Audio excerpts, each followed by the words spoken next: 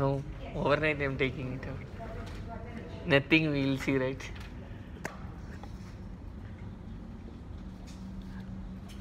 Morning only you can see some.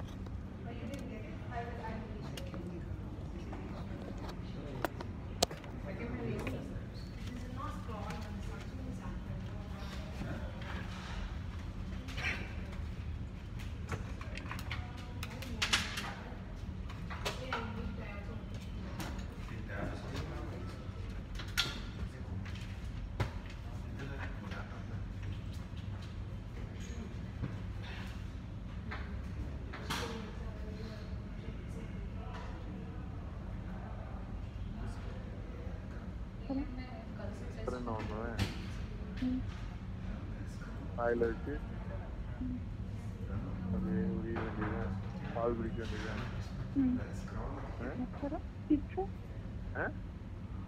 அதுக்கு பேர் என்ன சொல்றாங்க? டிப்பு இல்லையா? டிப்பு அந்த மேல இருக்குள்ள இருங்க. ஆமா அதுலதான். அல்ல அதுக்கு பேர் என்ன? டிப்பு நீதான் சொன்ன. அது என்ன பண்ணுவா? அதைத்தான் வாயில வைக்கணும். அப்புறம் உருட்ட மாட்டியா? இது சார்ஜர் இஸ் அவைலபிள். உருட்ட மாட்டியா? But one cable I need, right? For this line connected to this that charger. Not directly I connect HDMI in through lightning, that is fine. Should be fine, right? Lightning you can connect from laptop and play some music as well. How you bring about change will ultimately be up to you. My generation, like all generations, is too confined by our own experience, too invested in our own biases, too stuck in our ways to provide much of the new thinking that will be required.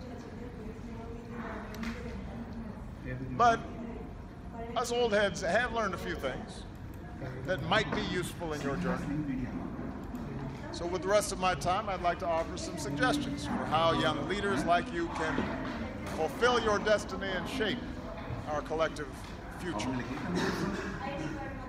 bending in the direction of justice, equality, freedom.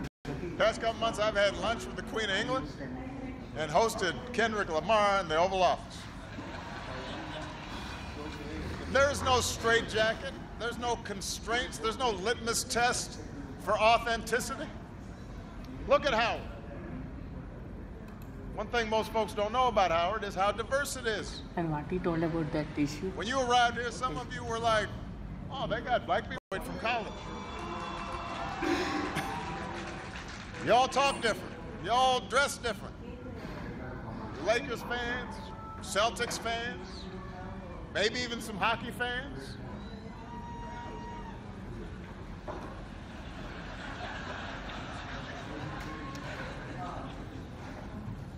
And because of those who come before you, you have models to follow. You can work for a company or start your own. Embrace your own sexuality. Think about an icon we just lost, Prince. He blew up categories. People didn't know what Prince was doing.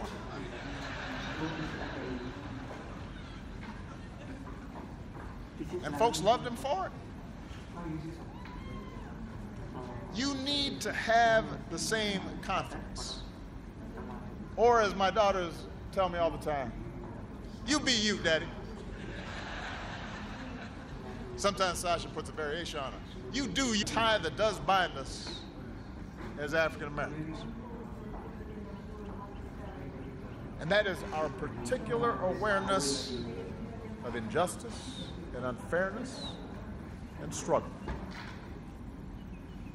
You can't just lock up a low-level dealer without asking why this boy, barely out of childhood, felt he had no other options. We have cousins and uncles and brothers and sisters who we remember were just as smart and just as talented as we were, but somehow got ground down by structures that are unfair and unjust. And that means we have to not only question the world as it is, and so don't have an attitude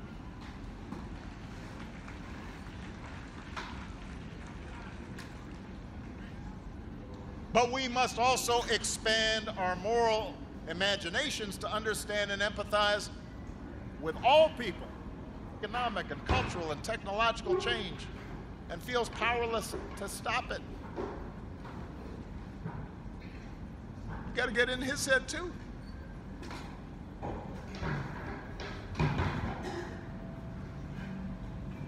Number 3, you have to go through life with more than just passion for change. 5 feet 4 inches tall. Gave a fiery speech on the national stage. But then she went back home to Mississippi and organized cotton pickers. And she didn't have the tools and technology where you can whip up a movement in minutes. But to bring about structural change, lasting change, awareness is not enough. It requires changes in law, changes in custom. If you care about mass incarceration,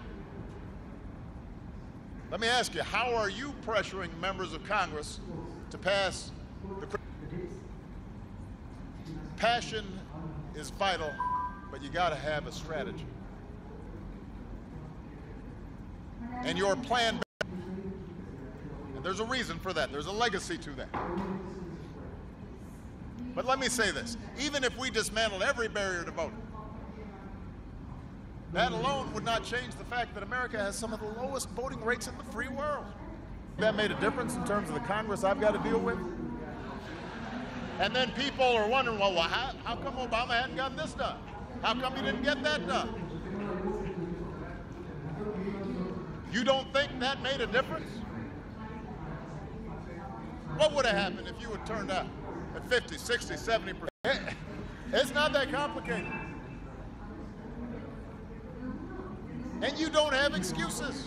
You don't have to guess the number of jelly beans in a jar or bubbles on a bar of soap to register to vote. You don't have to risk your life to cast a ballot. Other people already did that for you. The poor, the formerly incarcerated, trying to earn their second chance.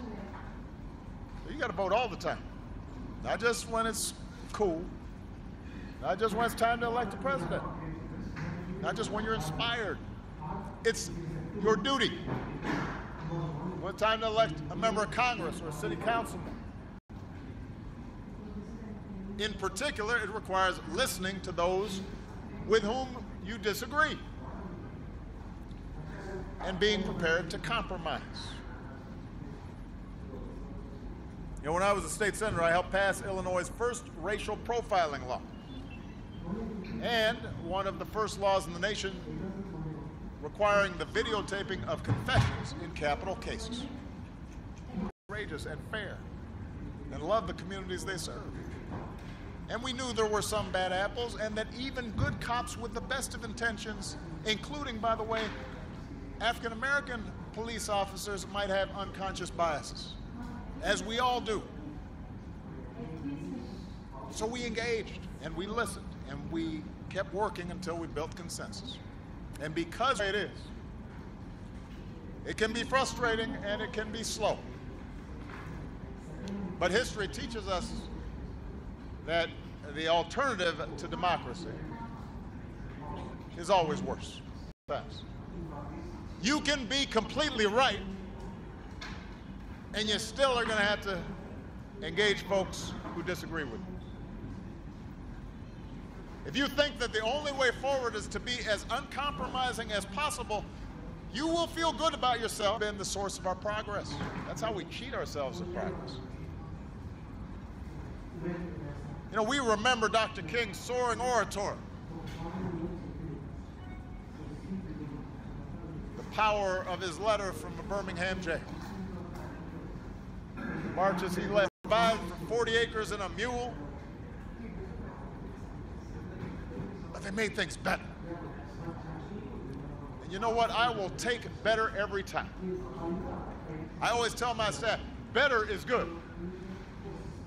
Because you consolidate your gains and then you move on to the next fight from a stronger position. Brittany Pagnon, a member of that many of the protesters called for. If young activists like Brittany had refused to participate out of some sense of ideological purity, then those great ideas would have just remained ideas. But she did participate, and that's how change happens. America is big. So many folks from so many places converging. We are not always going to agree with each other. Another Howard alum, Zora Neale Hurston, once said, here's a good quote here, don't try to shut them down, no matter how much you might disagree with them. You know, there's been a trend around the country of trying to get, and then they can avoid accountability. That doesn't mean you shouldn't challenge them. Have the confidence to challenge them.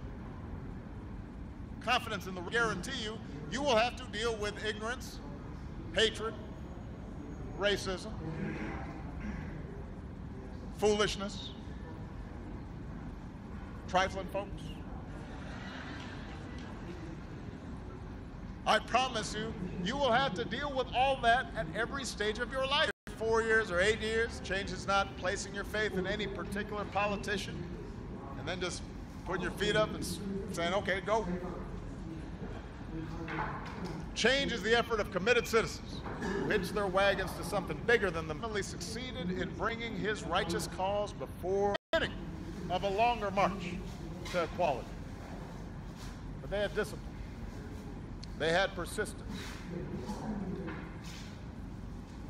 They had faith and a sense of humor. And they made life better for all Americans. And I know you graduates share those qualities. I know it because family might take them in. By her senior year, Sierra was up at 5 a.m. every day, juggling homework, extracurricular activities, volunteering, all while taking care of her little sister. But she did her hometown just like Thurgood Marshall did, to make sure all the working folks she grew up with have access to the health care they need and deserve. And she puts it, she's going to be a change agent. She's going to reach back and help folks like her succeed. And people like Sierra are why I remain optimistic about America. Young people like you are why I never give in to despair. James Baldwin once wrote, not everything that is faced can be changed, but nothing can be changed until it is faced. Graduates, each of us is only here because someone else faced down challenges for us. We are only who we are because someone else struggled and sacrificed for us. That's not just Thurgood Marshall's story, or Sierra's story, or my story, or your story. That is the story of America. A story whispered by slaves in the cotton fields. The song of marches in Selma. The dream of a king. The shadow of Lincoln. The prayer of immigrants who set out for a new world. The roar of women demanding the vote. The rallying cry of workers who built America. GIs who bled overseas for our freedom. Now it's your turn. And the good news is you're ready.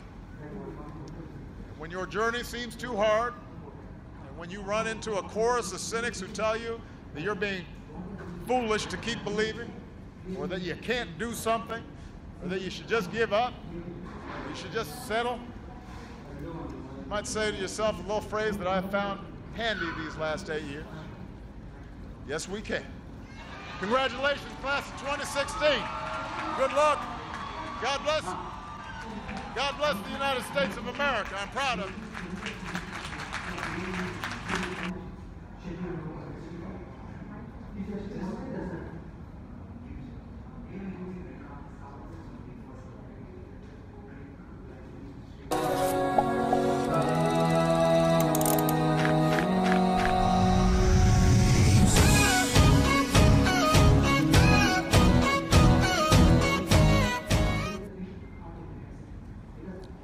Good evening from Hawthorne. Three topic areas tonight: achieving prosperity, America's direction, and securing America.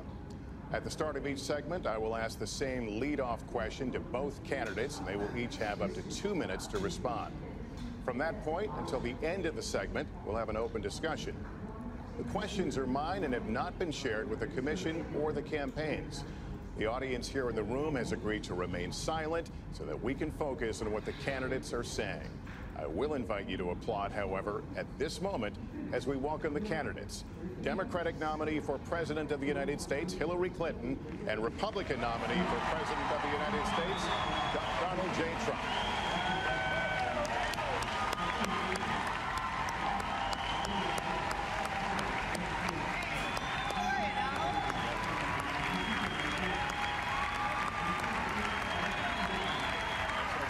Good luck to you.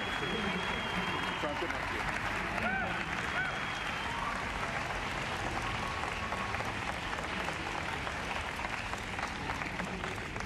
you. Well, I don't expect us to cover all the issues of this campaign tonight, but I remind everyone there are 2 more presidential debates scheduled. We are going to focus on many of the issues that voters tell us are most important, and we're going to press for specifics. I am honored to have this role, but this evening belongs to the candidates and just as important to the American people.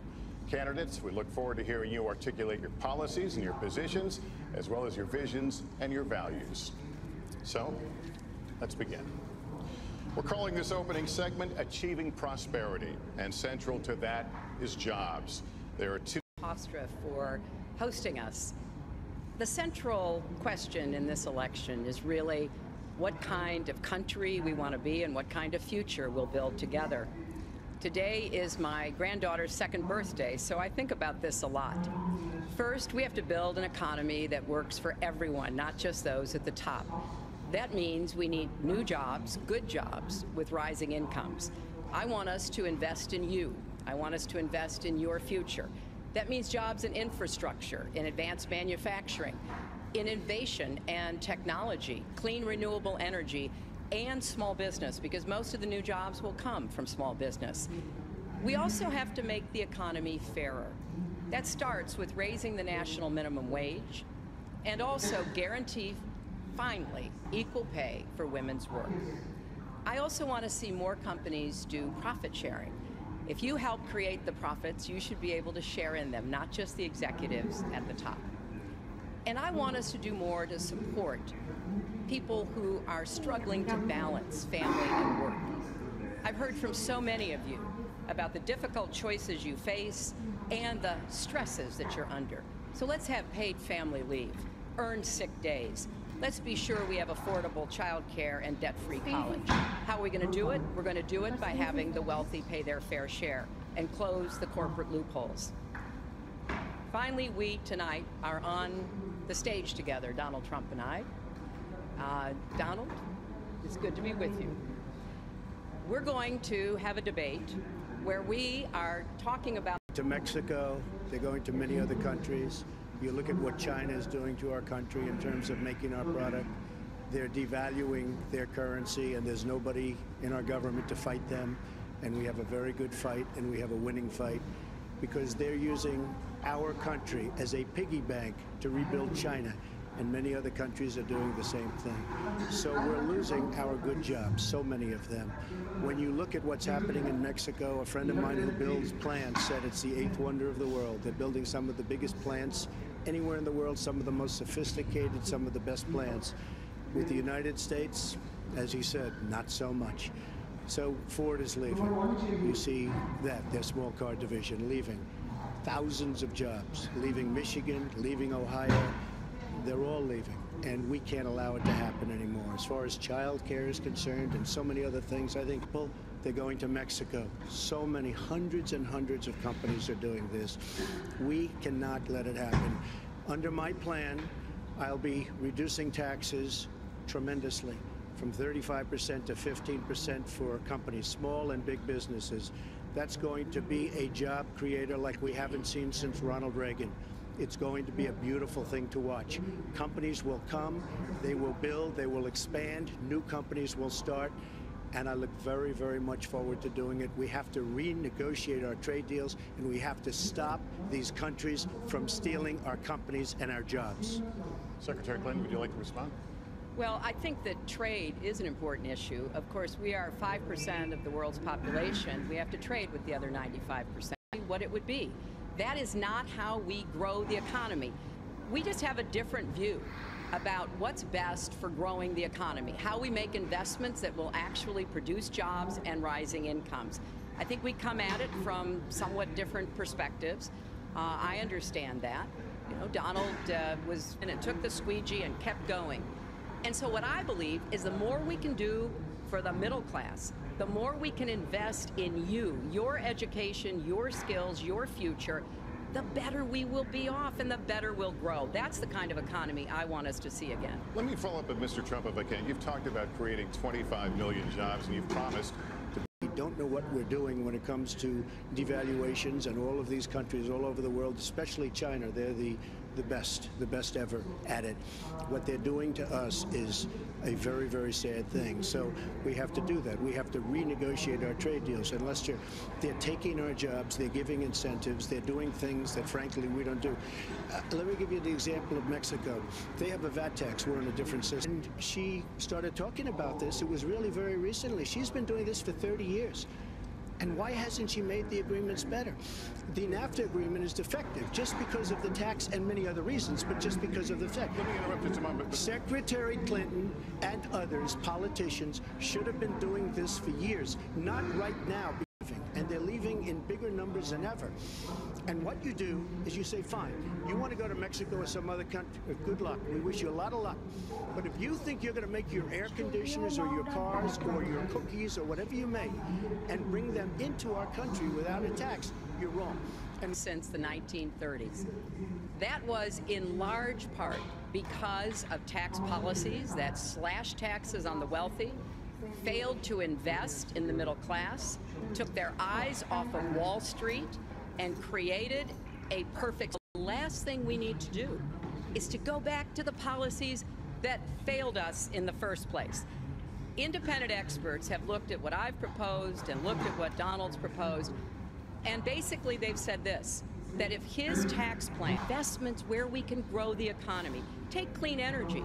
Some country is going to be the clean energy superpower of the 21st century. Donald thinks that climate change is a hoax perpetrated by the Chinese. I think it's real. I did not. Science is real. I do not say that. And I think we've made over the last 8 years, but never going back to what got us in trouble in the first place. Mr. Trump. She talks about solar panels. We invested in a solar company, our country. That was a disaster. They lost plenty of money on that one. Now, look, I'm to be semi-exact. So I will tell you this. We have to do a much better job at keeping our jobs. And we have to do a much better job at giving companies incentive to build new companies or to expand, because they're not doing it. And all you have to do is look at Michigan. Quite a bit. Yeah, for 30 years. I have, well, not quite that long. I think my husband did a pretty good job in the 1990s. I think a lot about what worked and how we can make it work again. Well, he approved 3 million NAFTA. new jobs, He approved a balanced NAFTA, budget, which is the single worst trade deal ever approved. Look at all of these trade deals. But let's not assume that trade is the only challenge we have in the economy. I think it is a part of it, and I've said what I'm doing. I have been a Secretary of State, and I have Your husband signed NAFTA, which was one of the worst things that ever happened to the manufacturing industry. That is your opinion. You go to New England, you go to Ohio, Pennsylvania, you go anywhere you want, Secretary Clinton.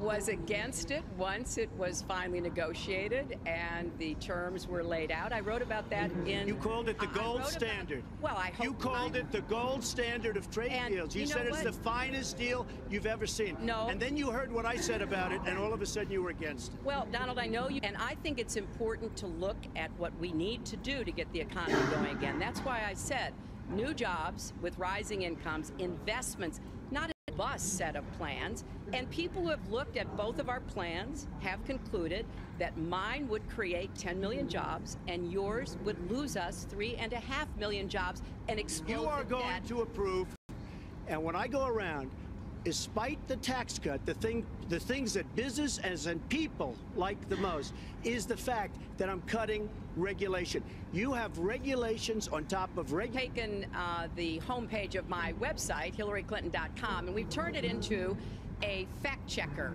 So if you want to see in real time what the facts are, please go and take a look. Because you just opened the next segment. Well, look, can I just finish? Actually, I think I should. I'm going to you go to her website and you take a look at her website. She's going to raise taxes $1.3 trillion. Mr. Trump, and look at her website. Please, the fact checkers, get to work. You are unpacking a lot here, and we're still on the issue of achieving prosperity. And I want to talk about taxes. The fundamental difference between the two of you concerns the wealthy. The Secretary For companies to expand.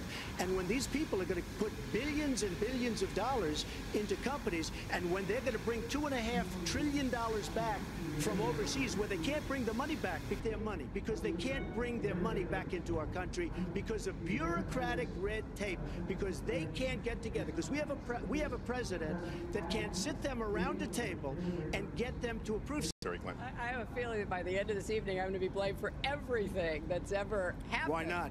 Why not? Yeah, why not? You know, just bringing back of money that's stranded overseas. I happen to support that. I happen to support that in a way that will actually work to our benefit. But when I went to the mess we were in 2008 and 9, slashing taxes on the wealthy hasn't worked. And a lot of really smart, wealthy people know that. And they are saying, hey, we need to do more to make messages for people at the very top. Mr. Trump, typical politician, all talk, no action, sounds good, doesn't work, never going to happen. Our country is suffering because people like Secretary Clinton have made such bad decisions, is doing political by keeping the interest rates at this level. And believe me, the day Obama goes off and he leaves and he goes out to the golf course for the rest of his life to play golf, when they raise interest rates, you're going to see some. I'm under a routine audit, and it'll be released. And as soon as the audit's finished, it'll be released. But you will learn more about Donald Trump by going down to the federal elections, where I filed a 104-page, essentially thinking that our country needs, because everybody, Lester, we have a trade deficit with all of the countries that we do business with of almost $800 billion a year. You know what that is? That means who's negotiating these trade deals? We have people behind it. It's almost become a way of life. I get audited by the IRS, but other people don't. I will say this. We have a situation in this country that has to be taken care of. I will release my tax returns against my lawyer's wishes. When it's not negotiable. No, let her release the email. Why did she delete 33,000? Well, I'll let her ask that, but let me just admonish the audience one more time. There was an agreement. We did ask you to be silent, so it would be helpful for us. A couple of reasons. First, maybe he's not as rich as he says he is. Second, maybe he's not as charitable as he claims to be. Third, we don't know all of zero for schools or health, and I think probably he's not all that enthusiastic. Tax returns because there's something he's hiding, and we'll guess. We'll keep guessing at what it might be that he's hiding, but I think the question is, were he ever to get near the White House? That was more than a mistake. That was done purposely. Okay, that was not a mistake. That was done purposely. When you have your staff taking the Fifth Amendment, taking the Fifth, so they're not prosecuted. I said, boy, that's really not a lot of money. It's not a lot of money relative to what I had.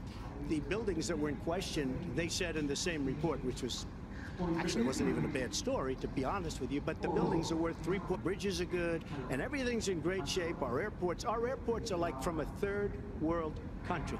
You land at LaGuardia, you land at Kennedy, you land at LAX, you land at Newark. I could have rebuilt our country twice, and it's really a shame. And it's politicians like Secretary Clinton that have caused this problem. Our country has tremendous problems. We're a debtor nation, we're a serious debtor nation, and we have a country that needs new roads, new tunnels, new bridges, new airports, new schools, new hospitals. And we don't have the money because it's been squandered on so many of your ideas. And maybe because you haven't paid any federal income tax for a lot of years. And the other thing I think, glass installers, marble installers, drapery installers, like my dad was, who you refused to pay when they finished the work that you asked them to do. We have an architect in the audience who designed one of your clubhouses at one of your golf courses. It's a beautiful facility. It immediately was put for. He expected the bargain to be kept on both sides. And when we talk about your business, this would be really bad for government. Let's let Mr. And Trump. we need to be very clear about that. Look, it's all words, it's all sound bites. I built an unbelievable company, some of the greatest assets anywhere in the world, real estate. Take advantage of the laws of the nation, because I'm running a company. My obligation right now is to do well for myself, my family, my employees, for my companies, and that's what I do. But what she doesn't say is the tens of thousands, and they cost 2 and 3 and 4 times what they're supposed to cost. We buy products for our military, and they come in at costs that are so far above what they were supposed to be, because we don't have people that know what they're doing. When we look at the budget is bad to a large extent because we have people that have no idea as to what to do and how to buy. The Trump International campaign, and one of you is going to have to bridge a very wide and bitter gap. So how do you heal the divide? Secretary Clinton, you get 2 minutes on this. Well, you're right. Race remains a significant challenge in our country. Unfortunately, race still determines too much. Often determines where people live, determines using the best training, the best techniques, that they're well prepared to use force only when necessary. Everyone should be respected by the law, and everyone should respect the law. Right now, that's not the case in a lot of our nation on that as a mutual goal. And we've got to get guns out of the hands of people who should not have them. The gun epidemic is the leading cause of death of young African Americans. And order. We need law and order. If we don't have it, we're not going to have a country. And when I look at what's going on in Charlotte, a city I love, a city where I have investments, when I look at what's going on throughout various parts, Americans, Hispanics are living in hell because it's so dangerous. You walk down the street, you get shot. In Chicago, they've had thousands of shootings, thousands, since January 1st. Thousands of shootings. But you take the gun away from criminals that shouldn't be having it. We have gangs roaming the street, and in many cases, they're illegally here, illegally. He singled out black and Hispanic young men. No, you're wrong. It went before a judge who was a very against police judge. It was taken away from her, and our mayor, our new mayor, refused to go forward with the case. Since of Barack Obama, his hometown. You have to have stop and frisk. You need more police. You need a better community, relation. You don't have good community relations in Chicago. It's terrible. I have property there. It's terrible what's going on in Chicago. But when you look, and Chicago's not the only. You go to Ferguson. You go to so many different places. You need law and order in the inner cities, because the people that are most affected by what's happening are African American and Hispanic people, and it's very unfair to them what our politicians are allowing to happen. Well, I've heard Donald say this at his rallies, and it's really unfortunate that he paints such a dire, negative picture of black communities in our. And in fact, violent crime is 1/2 of what it was in 1991. Property crime is down 40%. We just don't want to see it creep back up. We've had 25 years of very good cooperation, but there were some problems, some unintended consequences. Too many young African American and Latino men, and that is going to divert people from the criminal justice system, deal with mandatory minimum sentences, which have put too many people away for too long for doing too little. We need to have more second chance programs. I'm glad that we're ending private prisons in the federal system. I want to see them ended in the state system. You shouldn't have a profit motivation to fill prison cells with young Americans. So there are some positive ways we can work on this. And I believe strongly that common sense gun safety measure, buy a gun in our country. If you're too dangerous to fly, you are too dangerous to buy a gun. So there are things we can do, and we ought to do it in a bipartisan way. Secretary Clinton, last week you said we've got to do everything possible to improve policing, to go right at implicit bias. Do you believe that police are implicitly biased against black people? Lester, I think implicit bias is a problem for everyone, not just police. I think, unfortunately, too many of a lot of our police officers. I met with a group of very distinguished, experienced police chiefs a few weeks ago. They admit it's an issue. They've got a lot of concerns. Mental health is one of the biggest concerns because now police are having to handle a lot of really difficult mental health problems on the street. They want support. They want more training. They want more assistance. And when people are on there, even if they shouldn't be on there, we'll help them legally, we'll help them get off. But I tend to agree with that quite strongly. I do want to bring up the fact that you were the one that brought up the word super predator about young black youth. And that's a term that I think was it's 100 murders. 500 murders is a lot of murders. Hard to believe 500 is like supposed to be good. But we went from 2,200 to 500, and it was continued on by Mayor Bloomberg. And it was to police chiefs because it has worked, and other communities need to come together to do what will work as well. Look, one murder is too many, but it is important that we learn about what has been effective and not go to deal with this problem. This conversation is about race, and so, Mr. Trump, I have to ask you. But I'd like to just respond, if I might. Please, 20 seconds. I'd just like to respond. Please respond, then I've got to follow up. Look, the African-American community has been let down by our politicians. They talk good around election time, like greatest people I'll ever meet within these communities, and they are very, very... In the last couple of weeks, you acknowledge what most Americans have accepted for years. The president was born in the United States. Can you tell us what took you so... I'll tell you just very simple to say. Sidney Blumenthal works, highly respected reporter at McClatchy, to Kenya to find out about it. They were pressing it very hard. She failed to get the birth certificate. When I got involved, I didn't fail. I got him to give the birth certificate. So I'm satisfied with it, and I'll tell you why I'm satisfied with it. That was because I want to get on to defeating ISIS. Because I figured you'd ask the question tonight, of course, but nobody was caring much about it. But I was the one that got him to produce the birth certificate, and I think I did a good job. Secretary Clinton also fought it. I mean, you know, now everybody in mainstream is going to say, oh, that's not true. Look, it's true. Sidney Blumenthal sent a reporter.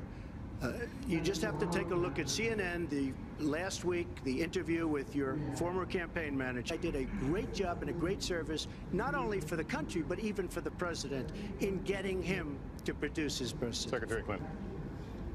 Well, just listen to what you heard.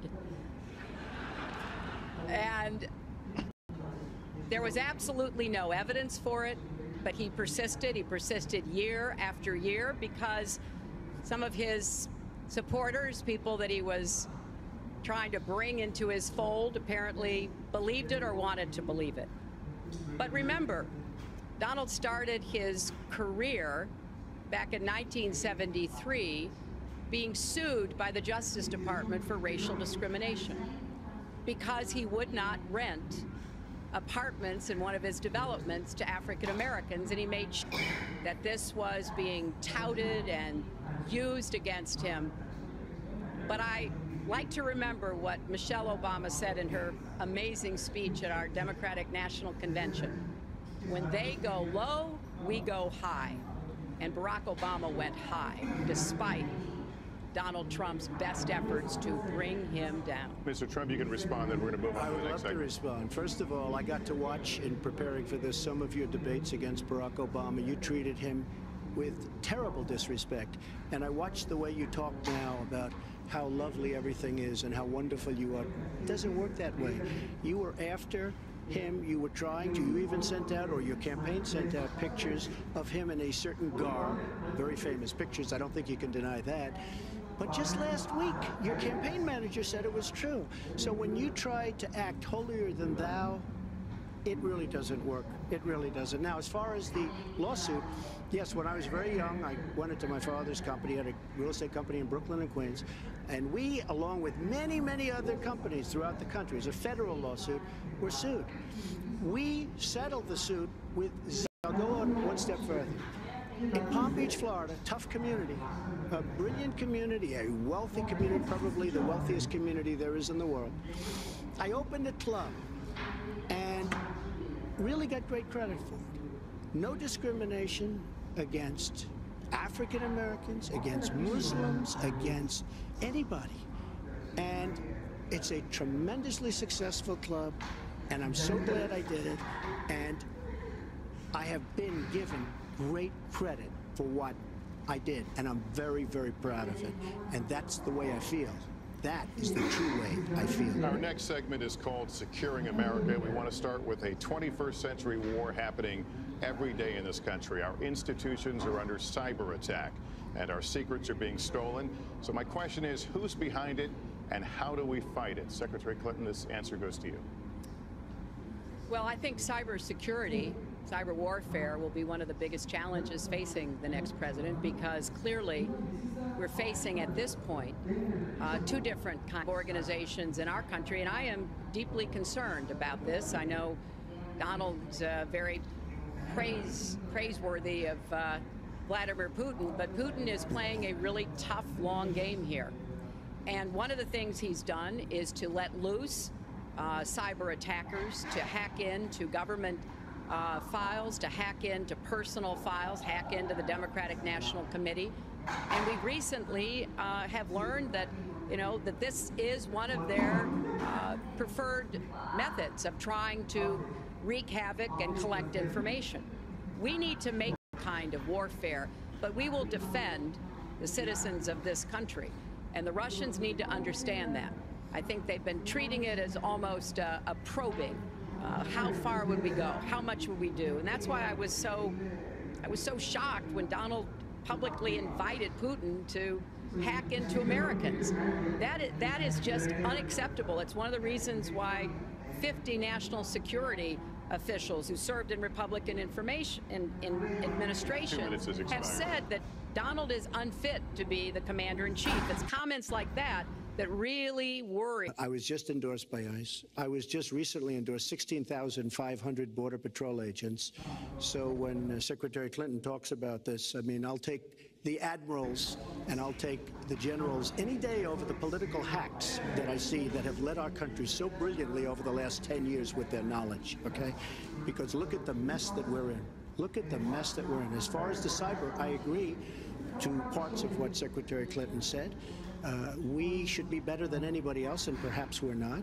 I don't think anybody knows it was Russia that broke into the DNC. She's saying Russia, Russia, Russia, but maybe it was. I mean, it could be Russia, but it could also be China. It could also be lots of other people. It also could be somebody sitting on their bed that weighs 400 pounds, okay?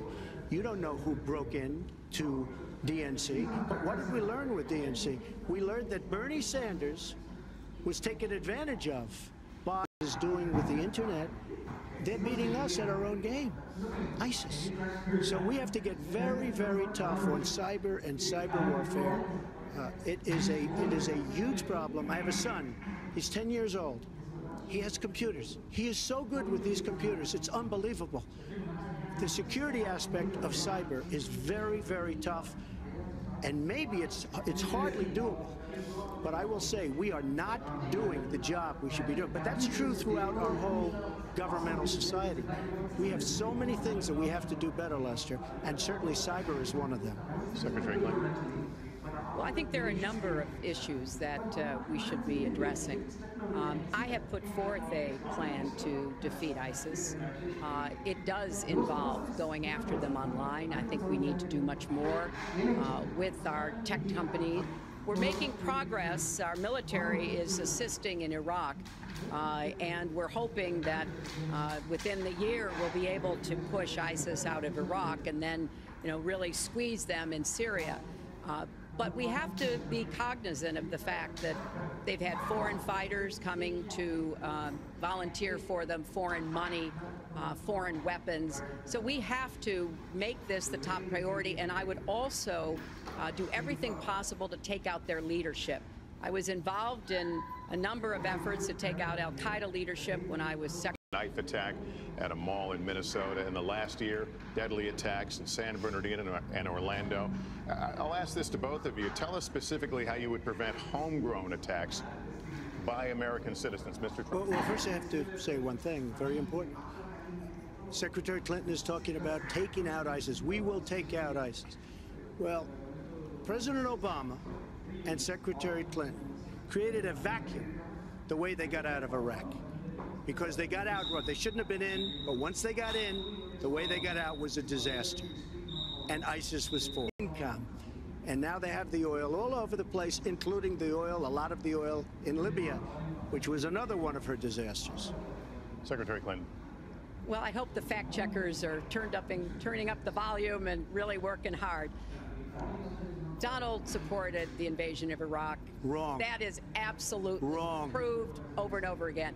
Wrong. He actually advocated for the actions we took in Libya and urged that Gaddafi be taken out after actually doing some business with him one time. But the larger point, he says this constantly, is George W. Bush made the agreement about our people. And I think we've got to have an intelligence surge where we are looking for every scrap of information. I was so proud of law enforcement in New York, in Minnesota, in New Jersey. They responded so quickly, so professionally to the attacks that occurred by Rahami, and they brought him down. And we may find out more information because he is still alive, which may prove to be an intelligence benefit. So we've got to do everything we can to vacuum up intelligence from Europe, from the Middle East. That means we've got to, and with the American Muslim community, they're on the front lines. They can provide information to us that we might not get anywhere else. They need to have close working cooperation with law enforcement in these communities, not be alienated and pushed away, as some of Donald's rhetoric, unfortunately, has led to. Mr. Well, I'd have to respond. Please respond. The Secretary said very strongly about working with. We've been working with them for many years. And we have the greatest mess anyone's ever seen. You look at the Middle East, it's a total mess. Under your direction to a large extent. But you look at the Middle East, you started the Iran deal. That's another beauty where you have a country that was ready to, because we should be, yes, we're defending them and they should at least be paying us what they're supposed to be paying by treaty and contract. And number two, I said, and very strongly, NATO could be obsolete because, and I was very strong on this, and it was actually covered very accurately in the New York Times, which is unusual for the New York Times, to be honest. But I said, they do not focus on terror. And I was very strong, and I said it numerous times. And about 4 months ago, I read on the front page of the Wall Street Journal that NATO is opening up a major terror division. And the hell out of ISIS, and we have to do it fast. When ISIS formed, in this vacuum created by Barack Obama and Secretary Clinton, and believe me, you were the ones that took out the troops. Not only that, you named the day. They couldn't believe it. They sat back probably and said, well, I can't believe it. They said, no, wait a minute. We've covered when they formed, this is something that never should have happened. It should have never happened. Now, you're talking about taking out ISIS, but you were there and you were Secretary of State when it was a little infant. Now it's in over 30 countries. And you're going to stop them? I don't think so. Mr. Trump, with a lot of these are judgment questions. You had supported the war in Iraq before the invasion. What makes your judgment? I did not support the war in Iraq. 2002. That is a mainstream media nonsense put out by her because Hannity, which everybody refuses to call Sean Hannity. I had numerous conversations with Sean Hannity at Fox, and Sean Hannity said, and he called me the other day, and I spoke to him about it. He said you were totally against the war because he was for the war. Why is your judgment better than... And that was before the war started. Sean Hannity said very strongly to me and other people, he's willing to say, but nobody wants to call him, I was against the war. He said, you used to have fights with me because Sean was in favor of the war. And I understand that side also, not very much because we should have never been there. But nobody called Sean Hannity. And then they did an article in a major magazine shortly after the war started, exactly what it's done. It's been a disaster. My reference was to what you had said in 2002, and my question was, why is your judgment any different than Mrs. Clinton? Well, I have much better judgment than she does. There's no question about that. I also have a much better temperament than she has. You know, I have a much better. She spent, let me tell you, she spent hundreds of millions of dollars on an advertising. You know, they get Madison Avenue into a room, they put names, oh, temperament, let's go after. I think my strongest asset. Let's talk about two important issues that were briefly mentioned by Donald. First, NATO. You know, NATO as a military alliance has something called Article 5, and basically it says this: an attack on one is an attack on all. And do you know the only time it's ever been invoked? After 9/11, when the 28 nations of NATO said that they would go to Afghanistan with us to fight terrorism, something that they still enough. So I spent a year and a half putting together a coalition that included Russia and China to impose the toughest sanctions on Iran. And we did drive them to the negotiating table. And my successor, John Kerry, and President Obama got a deal that put a lid on Iran's nuclear program without firing a single shot. That's diplomacy. That's coalition building. That's working with other nations. The other day, I saw Donald saying that there were some Iranian sailors on a ship in the waters off of Iran, and they were taunting American sailors who were on a nearby Arabia. It has been the policy of the United States, Democrats and Republicans, to do everything we could to reduce the proliferation of nuclear weapons. He even said, well, you know, if there were a nuclear war in the East Asia, well, you know, that's fine. You know, have a good time, folks. Getting a little bit old, I must say. Listen, it's a good one, though. I would like to, well describes the problem. It's not an accurate one at all. It's not an accurate one.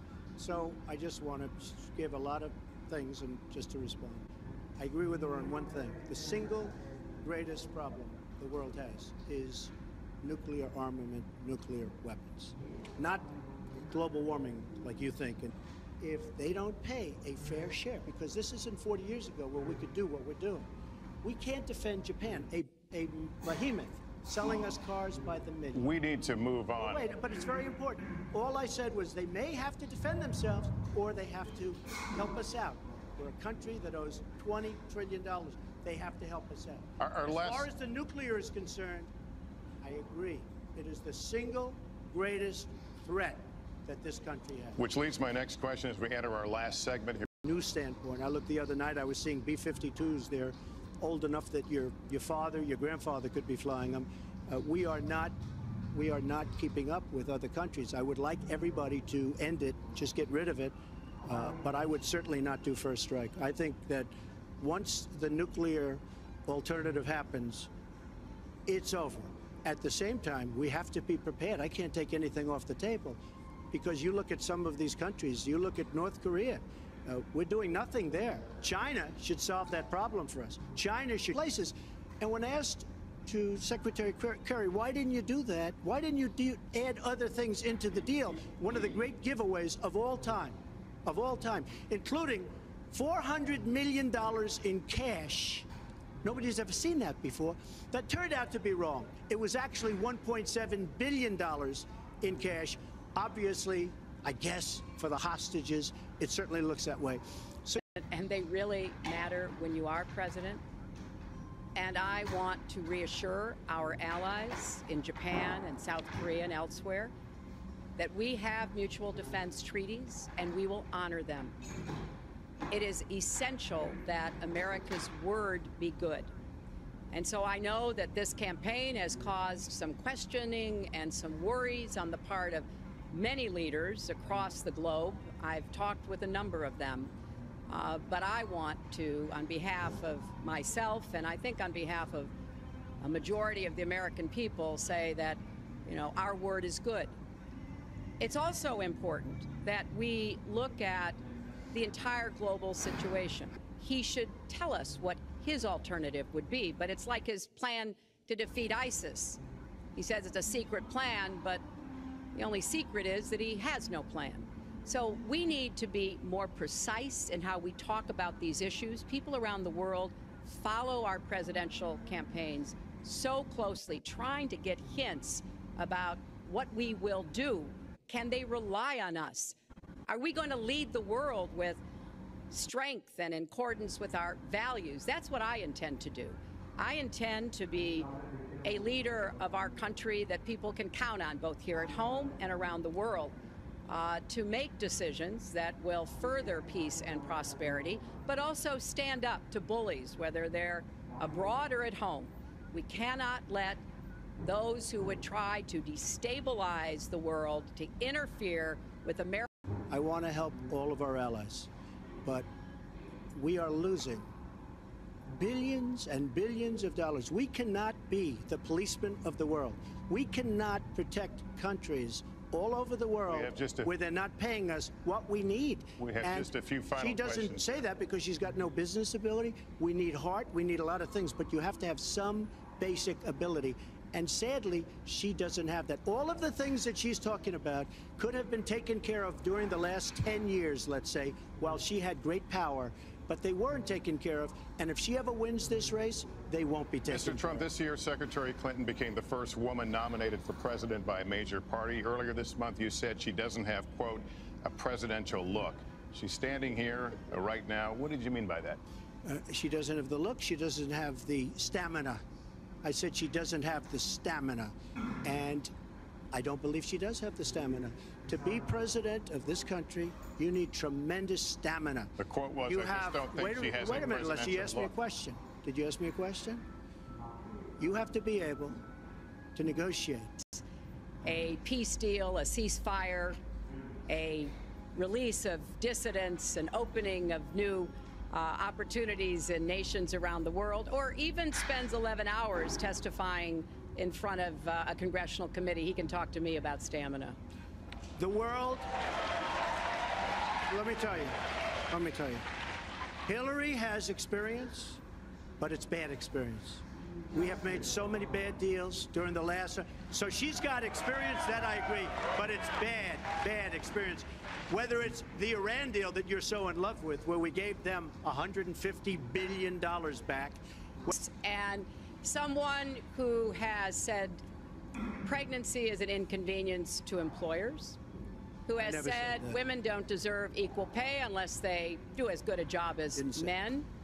And one of the worst things he said was about a woman in a beauty contest. He loves beauty contests, supporting them and hanging around them. And he called this woman Miss Piggy. Then he called her Miss Housekeeping because she was Latina. Donald, she has a name. Where did you find her this? name Where is did you find Alicia this? Machado. Where did you find and her? she has become a U.S. citizen, and you can bet she's going to vote this November. Okay, good. Let me just tell you. Mr. Trump, if you take 10. It's inappropriate. It's not nice. But she spent hundreds of millions of dollars on negative ads on me, many of which are absolutely untrue. They're untrue and they're misrepresentations. And I will tell you this, Lester, it's not nice, and I don't deserve that. But it's certainly not a nice thing that she's done. It's hundreds of millions of ads, and the only gratifying thing is I saw the polls come in today, and with all of that money, over $200 million is spent, and I'm either winning or tied, and I've spent practically nothing. Us, so much as it is about you and your families and the kind of country and future you want. So I sure hope you will get out and vote as though your future depended on it, because I think it does. Mr. Trump, very quickly, the same question. Will you accept the outcome as the will of the voters? I want to make America great again. We are a nation that is seriously troubled. We're losing our jobs. People are pouring in to our country. The other day, we were deporting 800 people, and perhaps they passed the wrong button, they pressed the wrong button, or perhaps, worse than that, it was corruption. But these people that we were going to deport for good reason ended up becoming citizens. And it was 800, and now it turns out it might be 1,800, and they don't even know. Will you accept Look, the outcome here's of the the story. election? I want to make America great again. I'm going to be able to do it. I don't believe Hillary will. The answer is, if she wins, I will absolutely support her. All right. Webster University for hosting us tonight. Good night, everyone.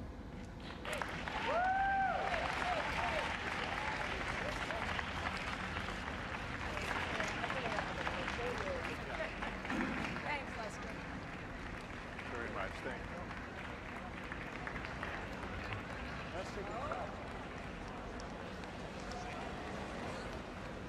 Go, Donald! We love you! Go, Hillary! Hillary! Get hands up!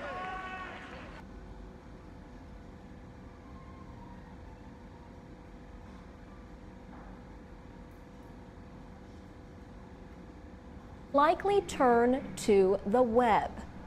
The Wayback Machine at archive.org has for years archived websites, but it only does this once a day for news sites and even less often for other websites. 29-year-old reporter Ben Welsh decided to count the world once an hour. Ben Welsh says this schedule of what he calls harvesting is important in today's quickly changing news environment. Over the course of a day, the narrative arc of a news story can develop quite a bit, he says. He says no one had ever saved the home pages of so many news sites so often and made that material available to Kickstarter. People use that website to seek money for creative projects. Within about a week, he had gotten all of the $5,000 he had asked for and more. Ben Welsh says he will use the money to expand his website. He hopes to build some features you could look hour by hour and see the placement of the lead story, how the headline changed, and how different newspapers played the story. Now you can actually compare, she says. Professor Bluestein says news today changes so quickly, even archiving once an hour may soon not be enough. For VOA Special News, International Agency for Research on Cancer recently listed the signals from wireless devices as possibly carcinogenic. This finding puts cell phones in the same risk group as the pesticide DDT, but also in the same group as coffee. A group of 31 scientists from 14 countries made the existing research. Dr. Jonathan Samay from the University of Southern California led the group. He says the finding that there could be some risk means scientists need to keep a close watch for a link between cell phones and cancer. The statement noted that the number of mobile phone users is large and growing, especially among young adults, from an American group called Electromagnetic Health, praised the report but says wider research is needed. She says, "We've only had this technology around for about 15 years, and most carcinogens will take 30 to 40 years to develop a cancer. She says some scientists believe there could be a tsunami, has given the same finding to things like coffee and pickled vegetables. For VOA Special English, I'm Alex Villarreal. I'm Alex Villarreal with the VOA Special English Development Report. Last week, we told you about Failfair, an event where people talk about international development projects that failed. Many of these projects started as good ideas. Others had some level of success, but not enough. Katrine Verklas came up with the idea for Failfair as a way to help nonprofit groups improve by learning from the mistakes of others. She says the primary goal is to learn from failure and not to repeat the same mistakes over and over again. Katrine Verklas says there are many reasons why projects fail, but one reason tops all others. She says development projects are not one size fits all. Yet, many people try to import ideas as if they were. What they fail to consider, she says, is the desires of the local people, or their cultural, economic, and political differences. She says the problem took place in July in Washington. The World Bank Institute co-sponsored the event. To Katrine Verklas, it was a good sign to have the World Bank support such open discussions about failure. She says it is not just about products. It is about people's lives and well-being, and a list of what he considers the worst practices in the use of information and communication technologies in education. Mr. Trucano gets to keep the award until the next Failfair, which is expected to be held on the West Coast this fall. You can find a link to his list of the top 10 worst practices at VOA Special English. A cell phone that permits him to visit websites like Facebook and Twitter, as well as finding game applications or apps. Rio Safianto says the average person in Indonesia has a cell phone. He likes having one because he can talk to his family when he is away from home. And he is pleased that he can use it to listen to music. Rio's phone has a keypad that makes it look like a BlackBerry. It is known or more. Although many lower-income users are new to smartphones, they are quickly learning to use the technology. Phone manufacturer Nokia offers a service called Life Tools. For a monthly payment, Nokia sends text messages to farmers. They tell about weather conditions, crop prices, agricultural news, and give advice. Local businessman Aldi Hario Semiocast reported that Jakarta was the world's top tweeting city, ahead of Tokyo and London. For VOA Learning English, I'm Carolyn Prasuti.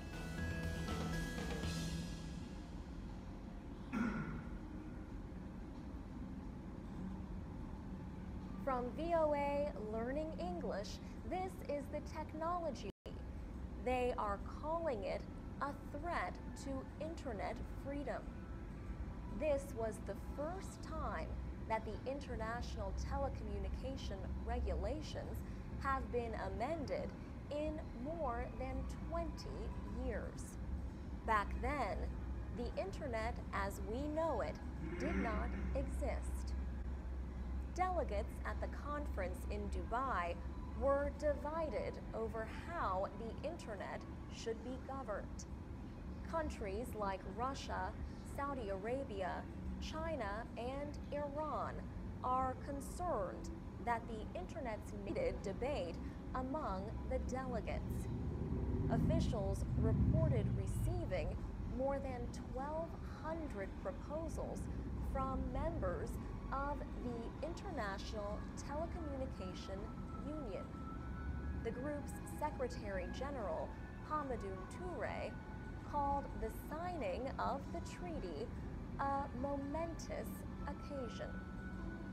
He also expressed regret that some governments chose not to sign the agreement. Hamadoun Touré, VOA Learning English, I'm Alex Villarreal. This is the VOA Special English Development Report. The World Bank says most developing countries have made important progress toward the United Nations Millennium Development Goals. In April, the international lender released its yearly World Development Indicators. Hundreds of indicators are used to measure progress in areas such as education, health, poverty, the environment, and trade. One of the Millennium Development Goals is to reduce by half the number of people living in extreme poverty by 2015. Out of 87 countries with data available, 49 seem likely to reach. Also, 39 countries have achieved or are likely to achieve the goal of reducing child death rates. The target is a 2/3 reduction by 2015. And the report from the World Bank shows the first reduction in AIDS-related deaths. But even with all the progress, there is still a long way to go to reach all 8 goals approved by world leaders 10 years ago. This is especially true in sub-Saharan Africa, which falls behind on all of the goals. Eric Swanson is a program manager share in the benefits of growth. Still, he points to some hopeful signs, including a large reduction in the child death rate in Malawi. The World Bank also launched a new open data initiative. The bank will make its data on living conditions around the world publicly available. Officials say this will make it easier to measure these. You can also follow us on Facebook, Twitter, YouTube, and iTunes at VOA Learning English.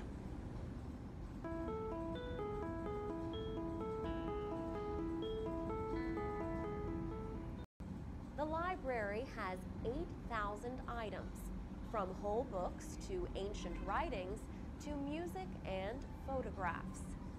There are 170 partners in 79 countries sending material to the World Digital Library.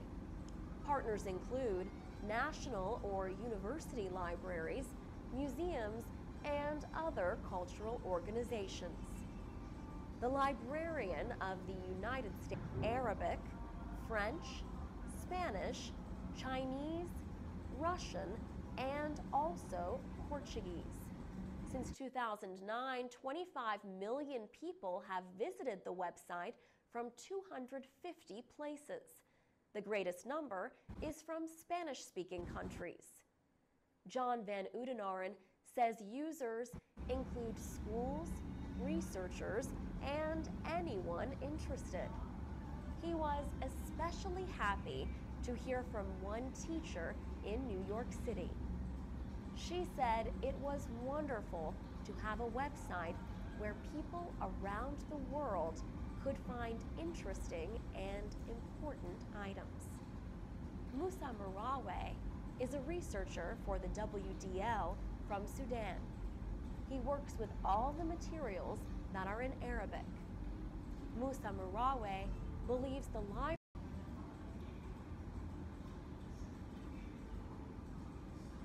From VOA Learning English, this is the Technology Report in Special English. The iPhone has become one of the most popular mobile phones in the United States. An 18-year-old student in California has used his knowledge of the iPhone to create his own business. And he has gained national recognition for his work. Vincent Quigg is the Chief Executive Officer of Tech World. His company is like a hospital for iPhones. Vincent launched Tech World while he was in high school. He says his mother became single at the time and he needed to find ways to make money. So he found ways to be entrepreneurial. An organization called the Network for Teaching Entrepreneurship, or NIFTY, helped the young man get started. Both he and his mother, Carla, admit that he had a hard time developing for the NIFTY class, but he also won the organization's national competition for Best Young Entrepreneur. Estelle Reyes earns about $1,500 each month in sales. Tech World has 2 employees, and Vincent says he wants to continue to grow his business. His biggest goal, he says, has always been to work for himself. For VOA Learning English, I'm Carolyn Frasuti. This is the VOA Special English Technology Report. More than 350 students from 75 nations welcomed the competitors to Sydney and congratulated them. We look forward to seeing the fruits of your creative work this week in years to come, she said. The world does have tough problems. We are fortunate to have people like you who have a passion to solve them. Enjoy the Imagine Cup. Microsoft's Daniel Lewin also spoke at the opening ceremony. He said programs like the Imagine Cup and the DreamSpark program that you've all participated in are the foundation upon which young entrepreneurs, students like yourselves with big dreams, can make a difference in the world. This year, more than 250,000 students registered for the Imagine Cup. 106 teams were invited to the finals. Pip Marlowe is with Microsoft Australia. She was especially pleased at the number of women competing. On July 10th, Microsoft announced the winning teams at its World Festival and Awards ceremony. A team from the Ukraine won the Imagine Cup's top honor. The team's Enable Talk software program helps people who are totally or partially unable to hear. It changes sign language hand movements into speech. This is done using special gloves and a smartphone application or app. The gloves capture the sign language hand movements and send them to a smartphone app. The app designed a game to help students better understand mathematics. And Team Tang Thai from Thailand was honored for a game that helps teach young people about the problem of deforestation. And that's the VOA Special English Technology Report. Transcripts, MP3s, and podcasts of our reports are at voaspecialenglish.com. I'm Mario Ritter. This is the VOA Special English Technology Report. Just how common is teen sexting? Last week, we reported on a new study of more than 1,500 internet users aged 10 to 17. It found that only 2.5% of them had sexted in the past year. It also found that only 1% of the images might violate child pornography laws. That study came from the University of New Hampshire. But another new report suggests much higher rates. Both studies defined sexting only to mean sending or receiving naked pictures. Psychologist Jeff Temple is an assistant professor at the University of Texas Medical Branch in Galveston. He says, "We found actually about 20 seems like it's happening quite a bit more frequently than the 1% reported in the New Hampshire study." He also says the behavior was the same for boys and girls. "We found that about a third of girls had sent a naked picture of themselves to another teen, and about a third of boys had sent a naked picture of themselves to another teen." Sexting is not the only issue involving teens and technology. A recent online family report from computer security company Norton called attention to cyber baiting in classrooms. Marion Merritt is the company's internet safety advocate. She says, "Kids may engage in purposely taunting or teasing or harassing the teacher in order to get the teacher to have some kind of reaction or response that they then hope to capture on a cell phone camera, a video, and post online where people can view it." Now, this can be incredibly embarrassing. A survey also found that 70% of young people reported having had a negative experience online. 40% rated the experience as serious, including cyberbullying, cybercrime, or being contacted by strangers. For VOA Special English, I'm Alex Villarreal. I'm Alex Villarreal with the VOA Special English Technology Report. Tens of thousands of people travel to Austin, Texas each year to attend the South by Southwest Festival. The festival is most famous for its music and film presentations. In recent years, it has also become one of the biggest new media events of the year.